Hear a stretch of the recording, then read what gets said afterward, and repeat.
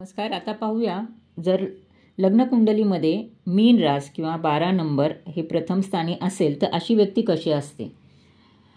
अशी व्यक्ती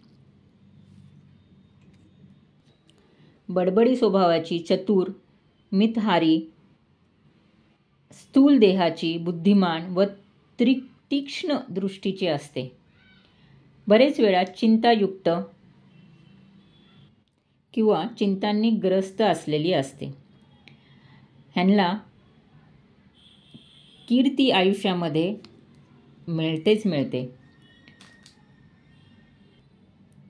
ही व्यक्ती शांत, दयाळू, चंचल, कल्पनेत रमणारी, उदार, भावनाप्रधान, सहानुभूतीप्रिय, लहरी, अनिश्चित, निरुपद्रवी, भित्री, कर्तृत्ववान, दानशूर, आतिथ्यशील, अहिंसक, स्वप्नाळू असते.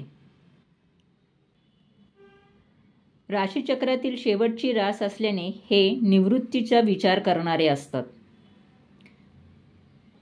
विरोध किंवा संघर्ष ह्यांना पसंत नसतो. अहिंसा वृत्तीने जगणे ह्यांना आवडते. जीवनाशी टक्कर देणे ह्यांना जमत नाही, त्यामुळे हे सात्विक भासतात.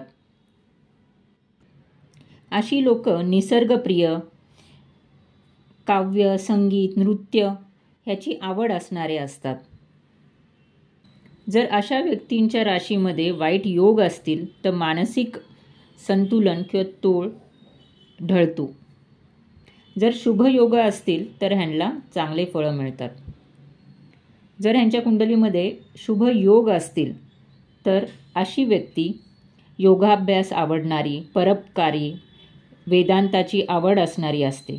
समाधी लावून बसणे अशा व्यक्तींना खूप प्रिय असते.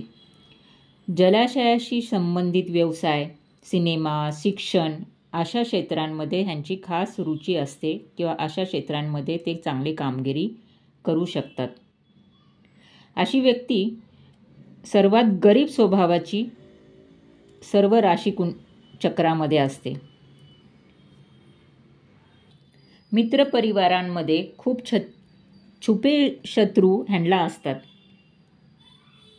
पायाच्या विकारांपासून ह्यांनी स्वतःची काळजी घेणे आवश्यक आहे. तसेच मीन लग्न राशीवाल्या कुंडलीच्या व्यक्तींमध्ये जर बाकीचे ग्रह चांगल्या स्थितीत असतील तर ह्यांना खूप चांगली फळं मिळतात व हे खूप चांगले परोपकारी, ज्ञानी व साध्वी वृत्तीचे होतात.